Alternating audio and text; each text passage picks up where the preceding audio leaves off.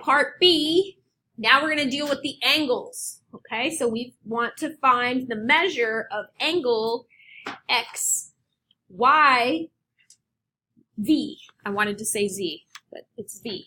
X, Y, V. Okay, so if you come up here to your rhombus and you go, here's X, here's Y, here's V, that's this angle right here.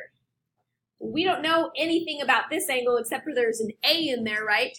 But we do know something about this angle, which also has an A. We know that it's equal to 90.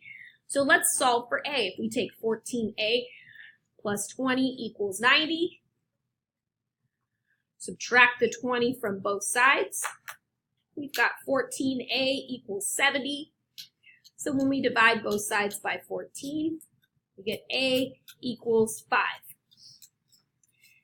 Then we want to plug that in, back in to angle XYV, which is 5A minus 5. So we're going to say 5 times 5 minus 5. That's a lot of 5s.